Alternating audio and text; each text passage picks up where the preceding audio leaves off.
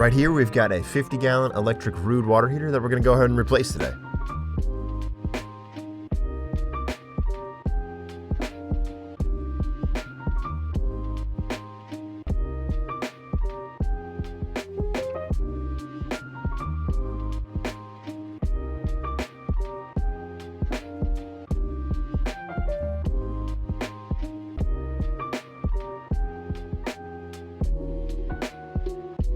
Nice and clean setup right here.